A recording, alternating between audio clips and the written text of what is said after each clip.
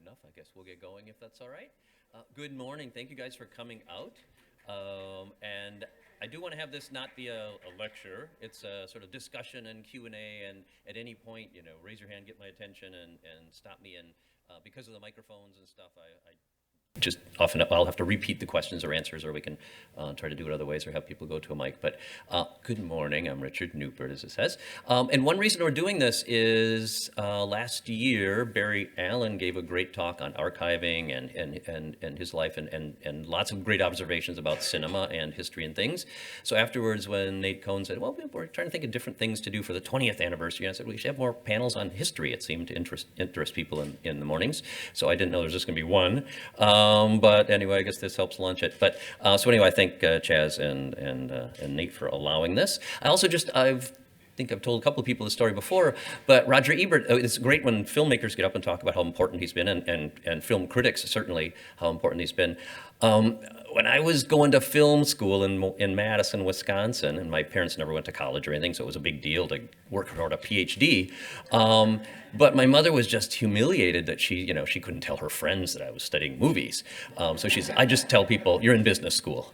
So even when I got my first job, so back in the 90s, 80s, early 90s, whenever email was getting started finally, one day I got an email from Roger Ebert. And he said he'd found me online because I worked on endings, and he had a question. He used to have that column, syndicated column about write Roger a question, and he would he'd answer you. So he had some question he didn't know about endings, so I wrote back, and a couple weeks later, my mother calls and says, your name's in the newspaper at the Capital Times in Madison that she read. So she never really went to movies. They were expensive and a waste of time, she always said. But she read Roger Ebert's question and answer column. And so suddenly she kind of got what I did. And she was suddenly, maybe teaching movies is okay. So I owe that to Roger Ebert. He finally convinced my mother not to say I was in business. Anyway, what I want to do today is talk about a couple of the really well-known films, but show a bunch of stuff. I'm working on a book on all of French film, so if I live long enough, I'll get up to this year. But last year I worked a lot on the early silent stuff. And Lumières have been somebody I've been interested in since the beginning, teaching 18-year-olds in big 150 student classes. It's not always easy to intrigue them with things that they think are just these old museum pieces. But so has anybody ever been to Lyon to the Lumière places? Good. The Lumière Institute and Museum is a working place. I mean, they're constantly archiving it with Barry Allen and others here, but they're still finding movies, or they're still transferring movies. So every couple of years, new things are shown. 2015 at Cannes, they showed this big Lumiere with an exclamation mark. They got reviewed at Ebert.com. But they're constantly showing stuff again. So first, I always have to convince people, right? I mean, old movies, it's not like we know everything about them. Most silent films have been destroyed and lost. And even something as prominent as the Lumiere brothers, they're still finding stuff. So anyway, so what I want to do is just introduce us to the sort of the beauty of it. So no matter how well, hopefully, a lot of you are very aware of Lumières, but try to show some that we don't normally see. And a lot of these are are not available on an American Blu-ray or DVD. Some of the clips I'll show.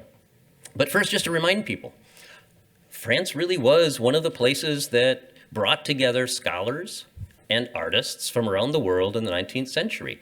And in fact, with Niepce, Daguerre, but also, I mean, British photographers, Talbot and those guys. I mean, Belgians, Americans, everybody kind of met at these big nationally supported congresses, the big congrès de stuff. So scientists came from all over the world. Edison came over, in fact, to look at new photographic experiments. Muybridge came over and met with Marey. So anyway, there's a bunch of different people who are working on the same thing, how to freeze imagery, how to improve photography, how to use images for scientific research. And France really brought a lot of that together, and there was a lot of support for the arts. So having people like Niepce and the Daguerre type, I mean, the government was so engaged, they bought the rights to the Daguerre type. They paid Daguerre and part of Niepce's family and others a big settlement to say, can we just take it over and nationalize it? So the French government was also really invested in the arts and sciences, et cetera, and would put on these gigantic explorations, really, of new technology and art. So just to remind people, it's not just some genius boys who one day were puttering about and invented cinema or something. It's really part of a big system of institutional support and educational support, but also just really France was the center of all kinds of things in the arts. So we'll start with Antoine. So Antoine Lumiere was a guy who started out as a painter. I think painting is really important for all the look of the Lumières we're going to look at. But he was a daguerreotype photographer. Now, I mean, this was expensive to buy your own daguerreotype equipment, set up a shop. You didn't just walk out in the streets easily with these things. People had to come to you. So it was like being a portrait photographer. And there's just a picture of him with, all his stuff. So being a photographer wasn't pulling out a phone. So it was a professional thing you had to really learn and put a big investment into. His idea was he started to hear about other people who were coming up with different, more simple processes. And he started to think, hey, instead of people coming to my shop or opening a second shop or a third shop in Lyon, France, what if I could come up with equipment and sell it to not the average person on the street maybe, but basically popularize the technology. So what everybody else was doing was I've learned this skill, I don't want anybody else to know how I do it, and they controlled the means of production of photos. Lumiere, the father, just said, hey, we can make a lot of money and democratize taking images.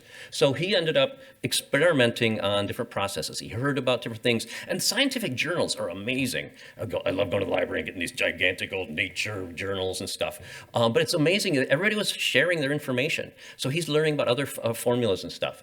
So he's got 2 young sons. Now, the Lumiere boys are amazing. And I'll show another picture of them later on that'll just break everybody's heart. They're always photographed their heads together. They were best buddies. So Louis and Auguste, he sent them to this place called the Martiniere School. It was a specialized school that, French school of the 1800s, French school today, right? You sit in lines and you do your labor or you get hit, they're very rigid often, or that's the stereotype. Think 400 blows. Well, these guys, this was meant for scientific and artistic exploration. It was a problem-solving school. So they were really raised in a very different educational environment than a lot of their friends.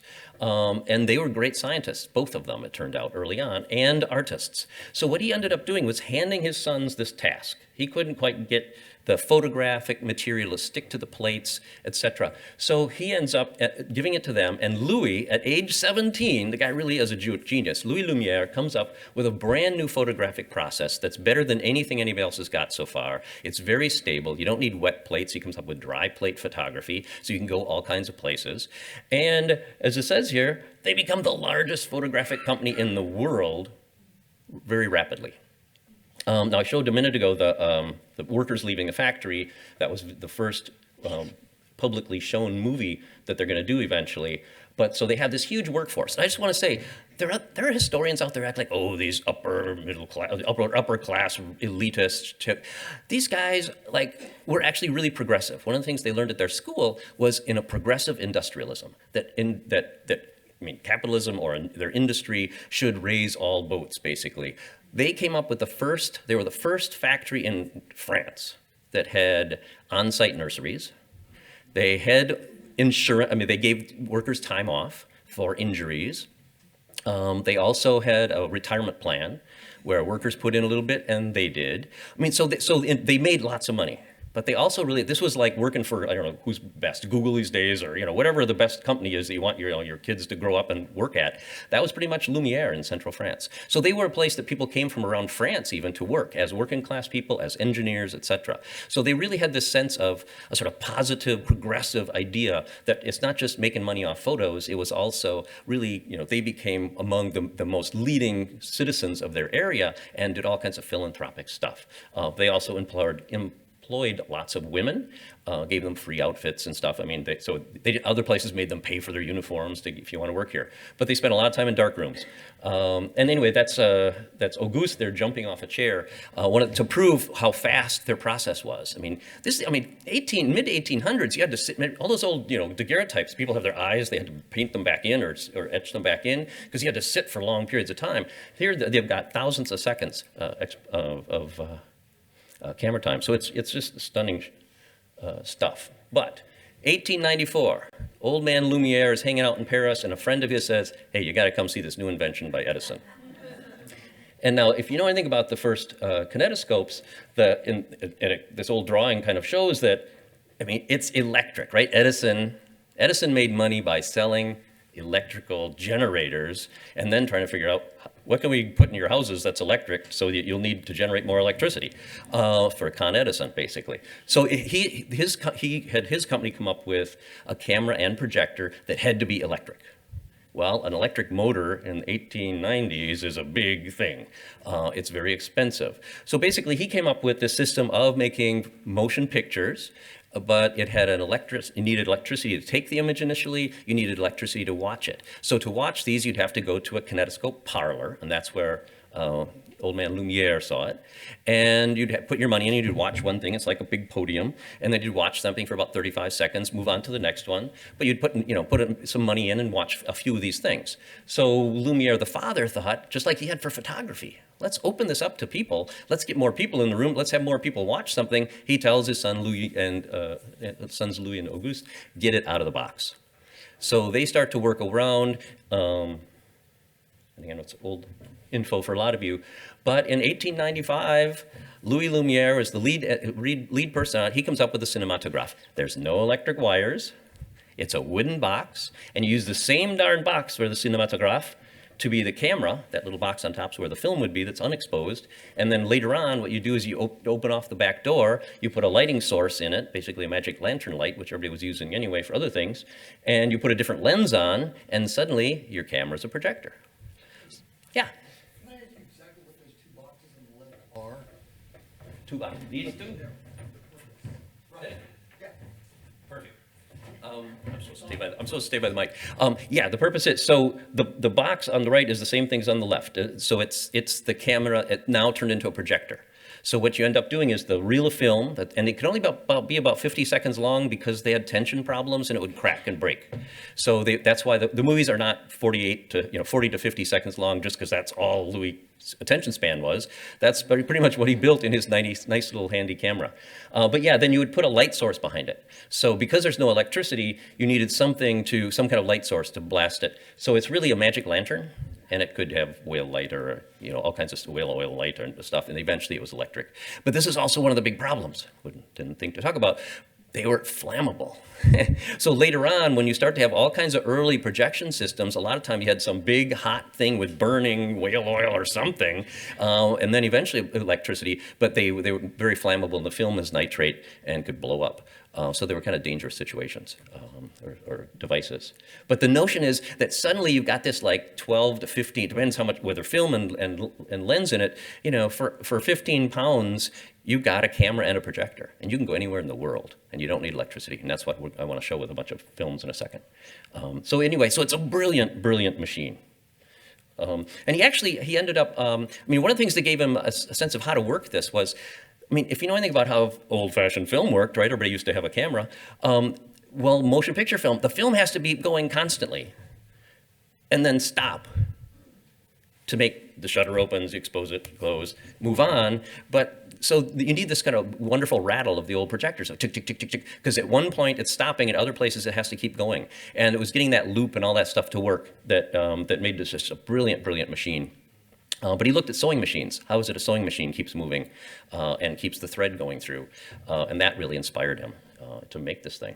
Well, anyway, so they premiere this thing in 1895 in December. By the next year, there you got 1 million francs. Whatever a franc is worth at that time doesn't matter so much as a million's a bunch of them, right? So it's making an incredible amount of money. They open different parlors. They have screenings at one place in Paris, then they start another place in Paris, then they start one in Lyon. So it's like a kinetoscope parlor. You have to go there, but they're now movie theaters, and 100 people can watch a movie at a time. They just ran them all day long. So yeah, 800,000 screenings within a year and a half. So it's gigantic. So they're still the #1 photographic company in the world, right? Now they've got the biggest spectacle attraction, and in Paris, so they're setting these things next to cabarets and music halls and live theater. So it becomes really huge. I showed just before before we got started, this thing on the bottom left is one of their first exhibitions. They went to a professional photography organization before the big premiere, and when when the photographers were all very famous, Nadar and people like that are there, when they came for this exhibition, they just filmed them that morning. And that evening when they came in and said, you know what, we've got moving pictures and they're working and I'm gonna show you one. They showed people in the room getting off a tour boat that morning and showed them that night. The place went nuts. And that was one of the things these operators are gonna do the rest of their career, is they have a standard catalog of stuff they'd come and bring to you. So if you were in Chicago and a Lumiere operator came, there'd be all kinds of publicity. You would see things from around the world, but you'd also see something shot in Chicago. And they've got a number of things in Chicago, Chicago policemen going by and stuff like that in a parade, etc. So they tried to show you the world and show you on the same screen. And that was part of that democratization idea that Louis Lumiere had. Show the world to the world. Everybody's worth their 50 seconds here of fame. I'm going to show two of these very famous ones. One is the forgers here, it's called the blacksmiths, and I've got a great quote. This is one of the very first movies to show. And these things were written about by scientists, right? And popular science, they weren't movie reviewers yet, not like you guys. So one of the first reviews said in Paris newspaper, "This is a very new invention and certainly one of the most unusual things of our era. For instance, we saw a scene of blacksmiths. One works the bellows and the smoke escapes his firebox. The other one takes hot iron, pounds it on the anvil, plunges it into the water, generating a huge, large plume of white steam.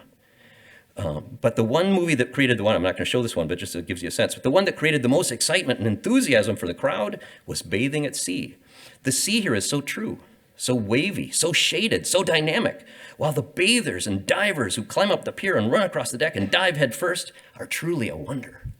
Well, anybody going to the beach can see people diving into the water and see water. So truly a wonder was this sense of watching the water, watching reflections. The baby's breakfast I showed too. People wrote not just about, hey, their cinema works, it's really lifelike, but also you can see the wind moving in the trees. You can see reflections in the grass or the glass. And one of the first reviews just said, will we ever be happy with live theater again and those fake flat backgrounds? That's 1895. People are saying, will we ever need theater? So it was really a radical, really radical kind of experience. So I'm going to show you the anvil one and then the real famous train pulling the station and show you a review of that. And then we'll look at some more exotic ones. But you got to excuse me, it's on an external drive, so it takes me a second to go back and forth.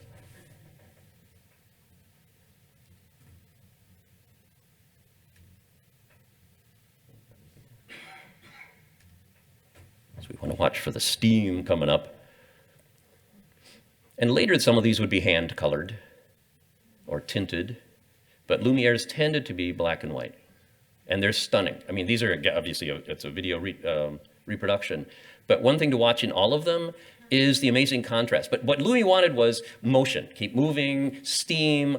So it really is the stuff of Impressionist painting. They wanted to represent what you can't normally see or just things looking new. And also a lot of photography of the time. This is the era when you're going to get more and more of the sort of Steichens and Stieglitzes and stuff are going to be really fascinated with photographic images. Yeah, worked hard, need a glass of wine. Here's the arroseur. Now, the other thing to keep, and this is actually, it's his real gardener at his garden. And a lot of these things, he's testing the film. It's not just he's thinking, oh, is this going to be exciting? And it's really a comic, he'd seen a comic strip about this, so he said, let's act this out and make it move. And it still works, apparently. So this is 1895. The real gardener, that's really his job. And now the camera does not have through the lens viewing like your iPhone. It has this thing on the side. So they had the operators, this is Louis, but the operators had to know exactly where the edge of the frame is. And they got 40 to 50 seconds to get their shot. Well, here comes what some would call the most amazing movie of all time, Arrival of the Train. And I'm going to read you a description afterwards, so you watch it and see how perceptive you are. It is pulling into La Ciotat, a city in southern France. Some of the people are staged. This is a Lumiere and her grandchildren coming down toward us, so they don't actually get on or off the train.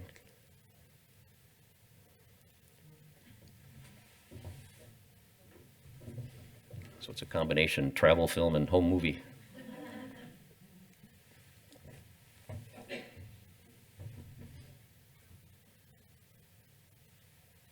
Richard? Yeah. Are these called speed they were shot at? Do you know what the frame rate was? The frame rate is a really good question. What speed were they shot at? It was close to, it was 16 to 18 frames. It had a little play in it. This is actually a real, thanks you, Barry Annelin, for asking this. The machine had a little play in it. And what Louis Lumiere, and he's constantly changing it. It's not like he invented this one box and then never changed it. He's got these wonderful letters that he and the inventors, they send back and forth. One of the things that was important was they're down in Lyon, and their manufacturer was up in Paris area, the technician they had to build these things. They sent letters like almost daily on the fast train. Finally, there was a train that would go fast enough that the mail could come every day. And you've got these hundreds of letters of them just writing back and forth, back and forth. What if we change the ratchet a little? Can we file this a little bit? Well, one of the things was he finally realized there's enough play in there that it wasn't always the same sprocket speed. So Louis Lumiere started to realize there was one speed that the tension was perfect.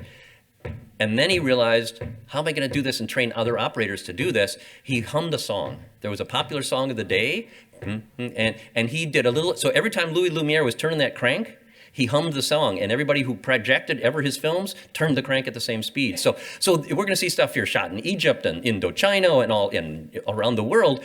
I just love this idea that these guys are out there humming the same popular song, no matter where they are to keep the speed. But it is, I hate to say it, especially, does anybody know? I think it's somewhere near between 16 and 18 frames a second. Because that became kind of the standard. 16 becomes the standard, yeah, yes. Flywheel in that machine?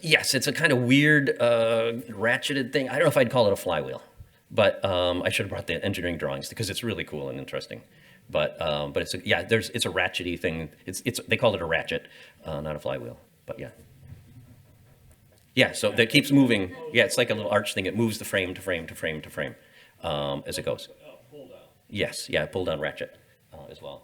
Good question. Actually, we should just go to more movies. I'll come back to some other stuff I wanted to show.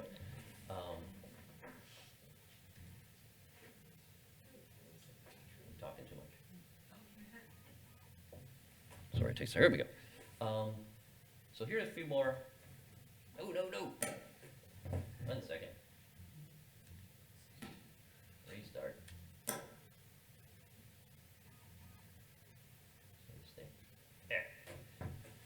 I know a lot of you have been to Paris, and everybody's seen pictures of Paris. There's a great new book on movies in Paris. And I really think the Lumières are the best movies ever made. But can you imagine 1896?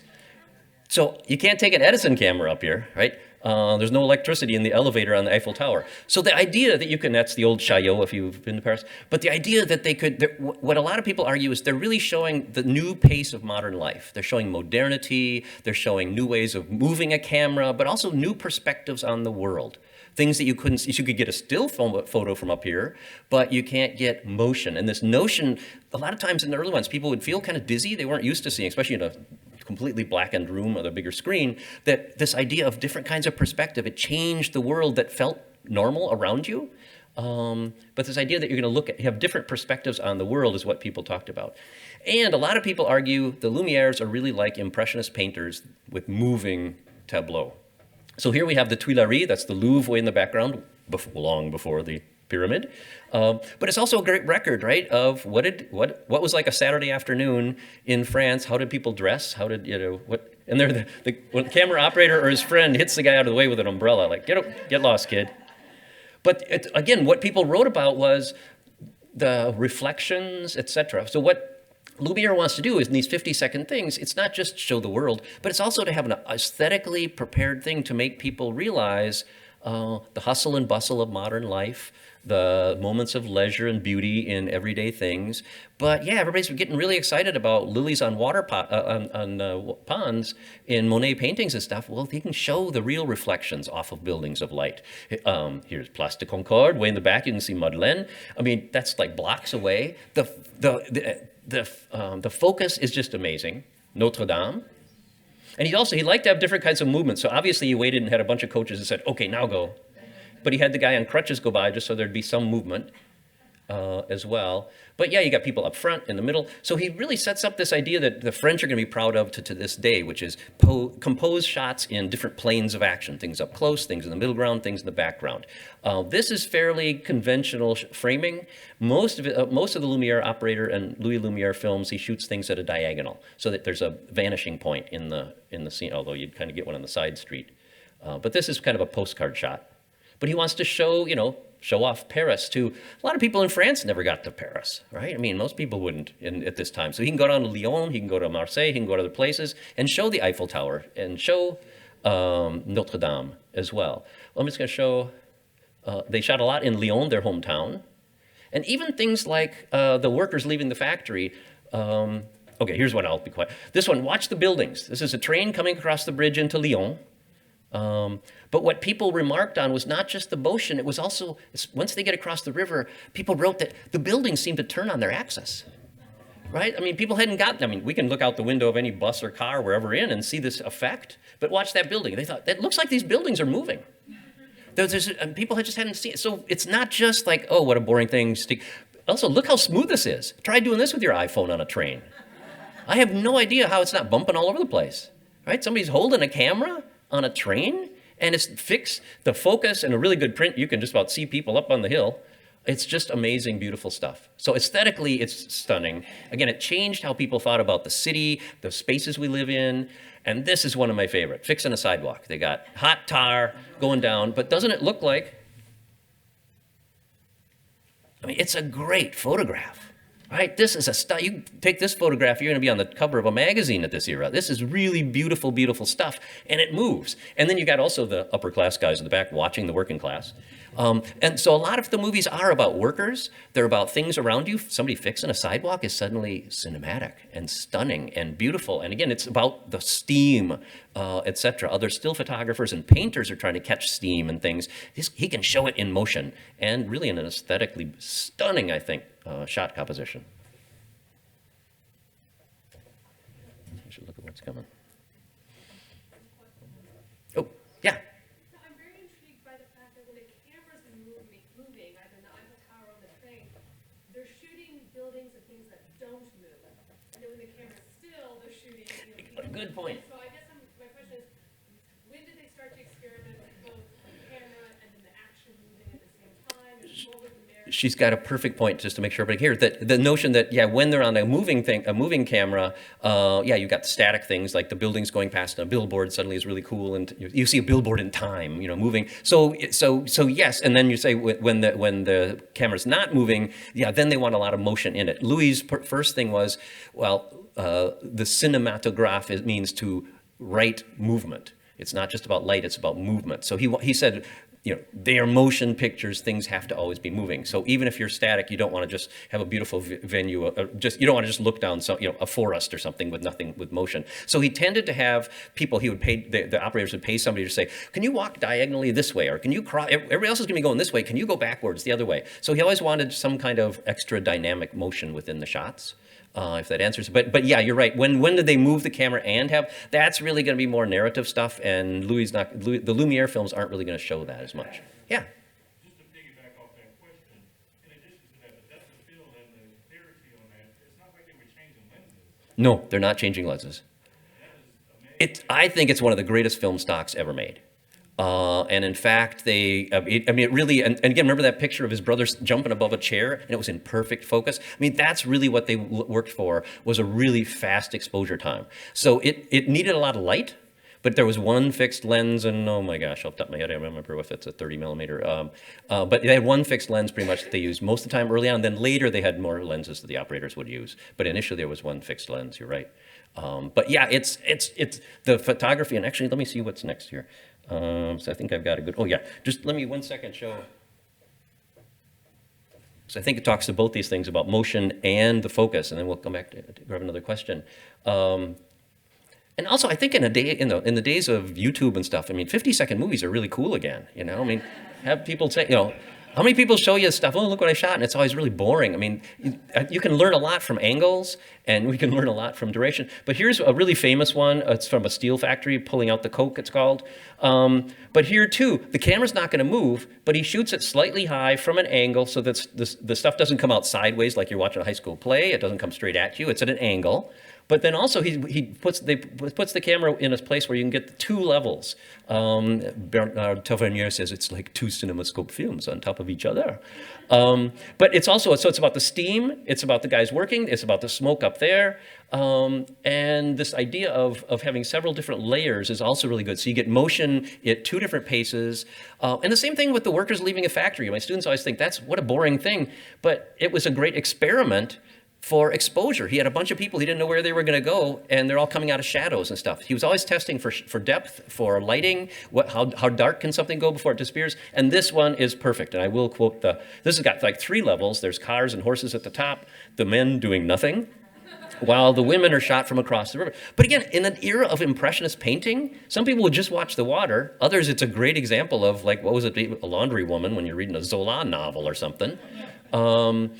But it's a really striking composition, and you got a bunch of different things to look at. So it's not like he just shows his daughter having breakfast, the baby's breakfast or something over and over. Most of the films are going to be at really interesting angles and to maximize motion and maximize levels and depths, both vertically and into the image. And I'll let this poor guy stay for a second. So there was another question, somebody else? Yeah. So I carefully watched the train when. Oh, I forgot to tell you that. Tell me whether I saw what you. Thank you. I get ahead of myself. 1 second. We'll come back to the sack race.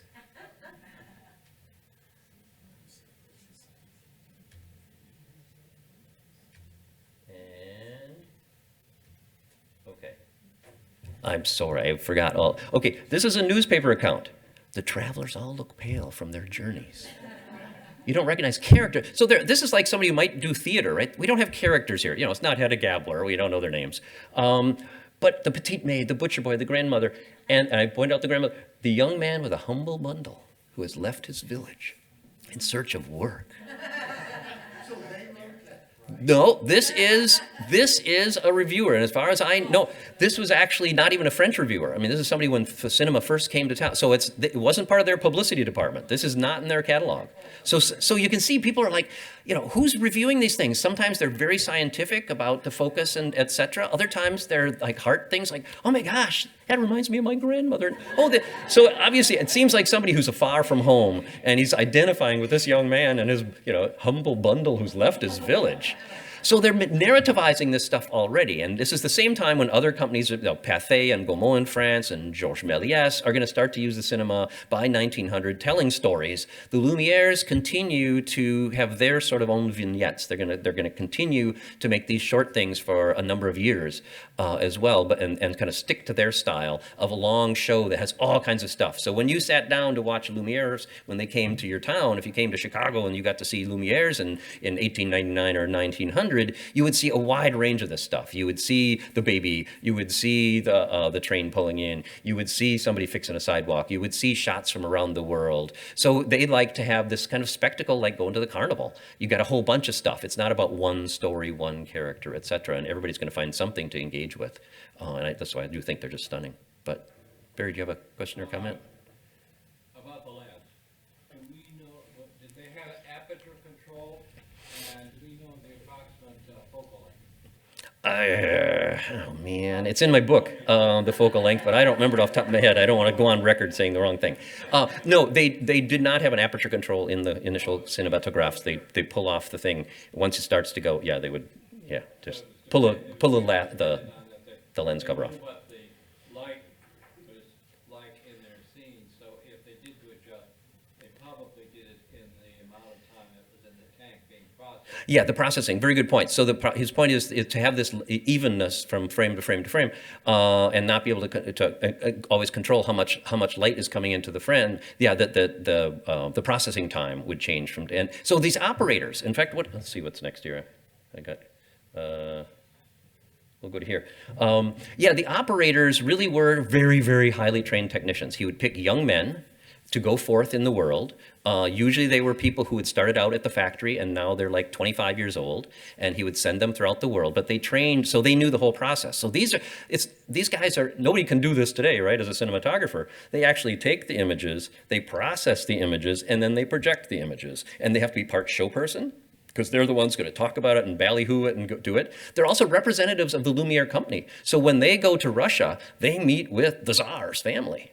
They show the first time the movies are to the Tsar.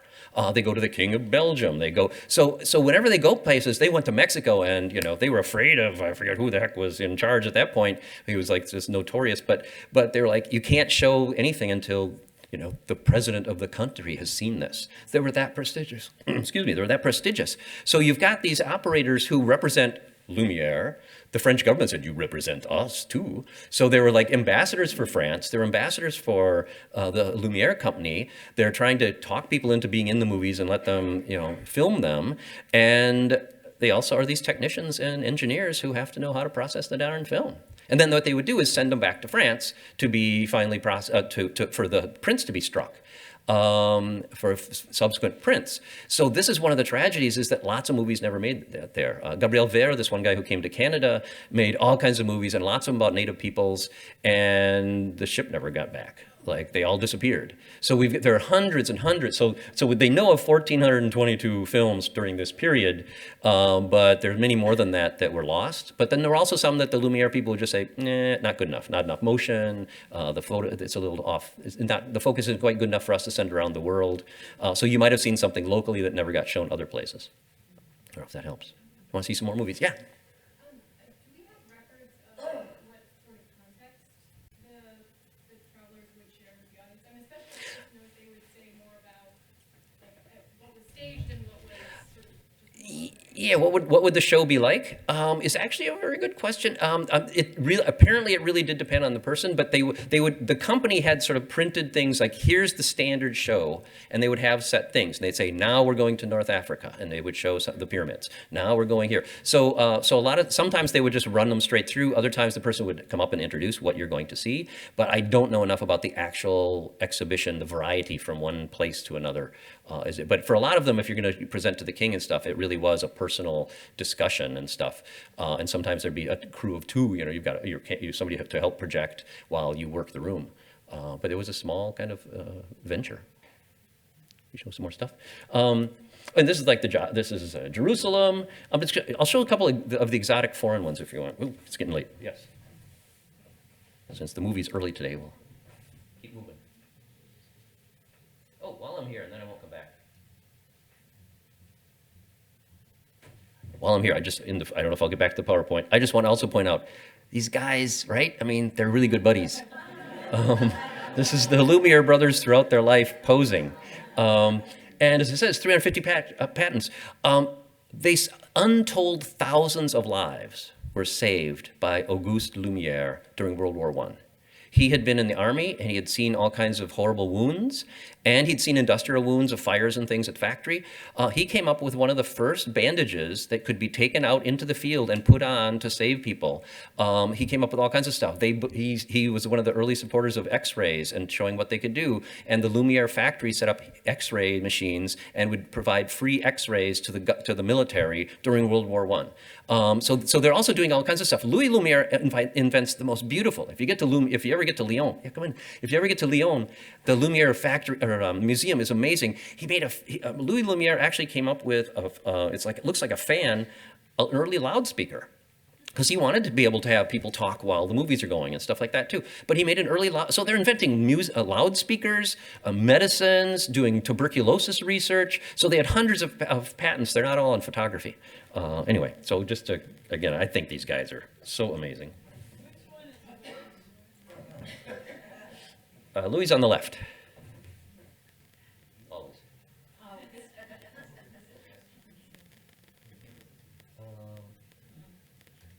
I'll just show a couple more in this one, and then I'll just show some real quick international ones.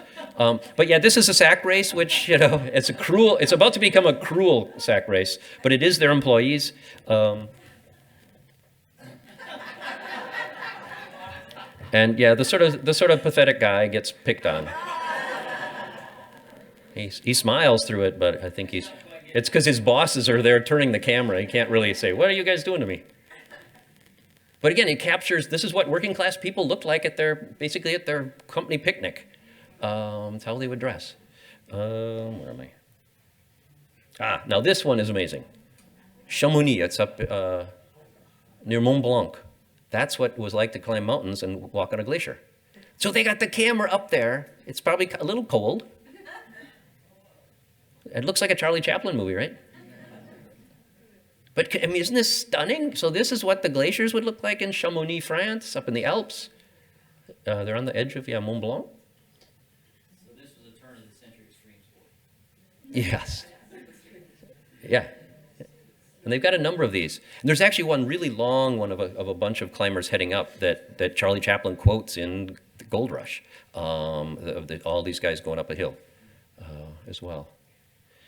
Well, what I want to do is show then international stuff. So I'm just going to let them run for a second. The first one is Martinique. So to show, this is not the most exciting movie in terms of placement. They've just tried to get a place where they can show the hustle and bustle. But here too, you got several planes of action. And you can also see when the colonial guys come through in their little uniforms, they just walk through very officially. And then a colonial woman's going to come in and sort of do shopping with apparently her helper. So they do have a number of films that are shot in the Third World. They're shot in the colonies. But it's to show a hectic market in Martinique. So I wanted to at least include something from there. Should we assume that they have any interest in showing anything other than like a flat narrative of just these people? Do they have any social interest? Social interest is a very good question. They try to show variety of human experience. They actually, in some of them they're lost, they actually shot them in Indochina coal mines to show what's it like to be a coal worker, in Vietnam, basically, in Indochina. They tried to show a wide variety of classes, etc. But they were progressive in some ways. But it's really hard to say. And the other thing is we talk about Louis Lumiere. I mean, these are all shot by different people around the country then. Louis didn't go to Venice with the camera. He sent somebody there. So each one had their own interests. But this one guy, Ebert, who went around the country to Indochina and other places in Mexico, his diaries are around, and he wrote to his mother all the time and talked about the pathetic situation of people here. And I think you'll see in a minute a couple of his that are really sensitive to the poor little kids and stuff like that. So some of them really, they did see this as showing the world to the world for a reason, not just to make money, but what is it they think? It's beauty, but also this is what the real life people you can identify with would be there. Another just travelogue shot, Westminster Bridge. So again, for a lot of historians, these are just marvelous records of things, and to see familiar places that haven't that as well. But all these guys dressed exactly the same. But also how the women are always just so covered up. You kind of have to fill in the blanks too, because I'm guessing it's winter. Yeah, it is cold.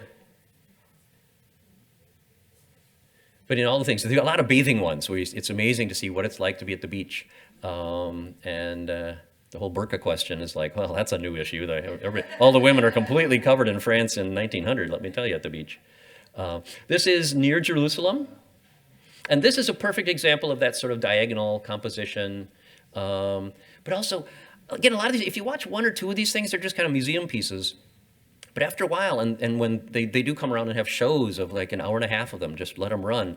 And it just takes you to a different world. And the rhythm of sort of like up and down of the camels and stuff, I just think is stunning. And again, I think students can learn a lot from like how to just slow down and let people look at stuff. But the depth here too, a really good 35 print, you can see way in the distance the village, which is hard to see here.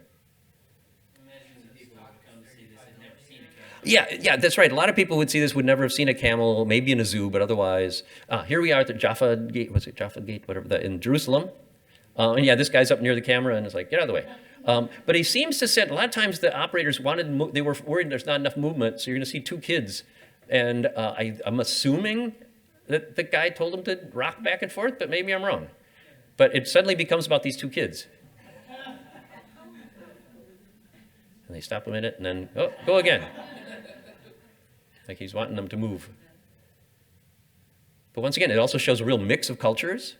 Nobody's throwing rocks. Richard, Yeah.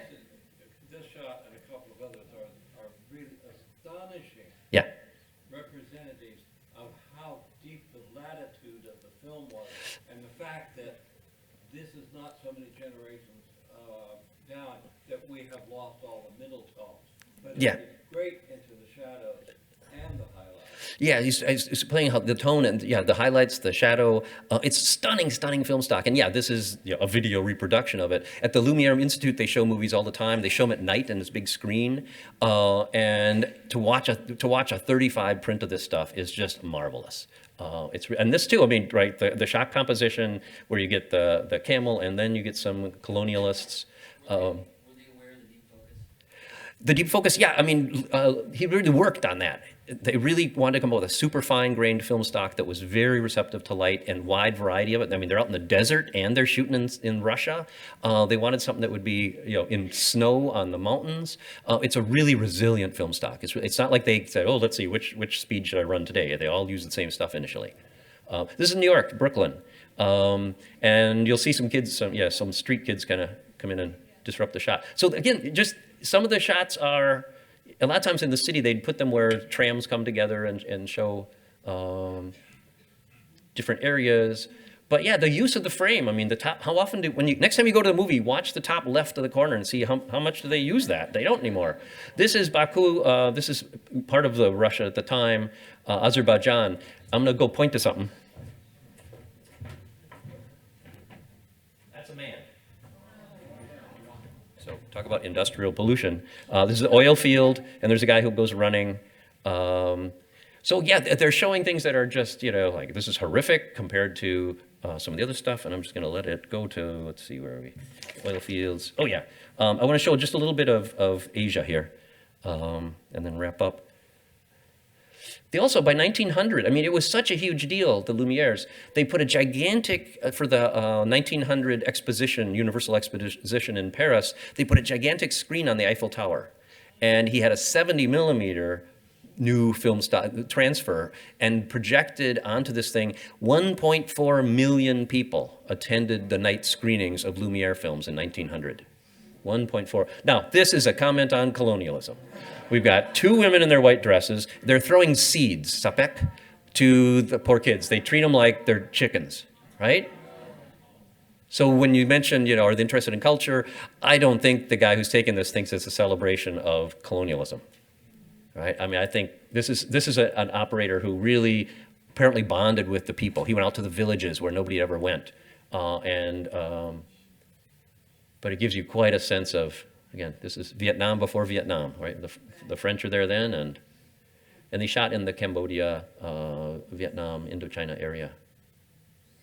Also, I mean, the corset that one woman must be wearing is just quite painful. This is also in Tonkin Bay, and this is how you get livestock onto your ship.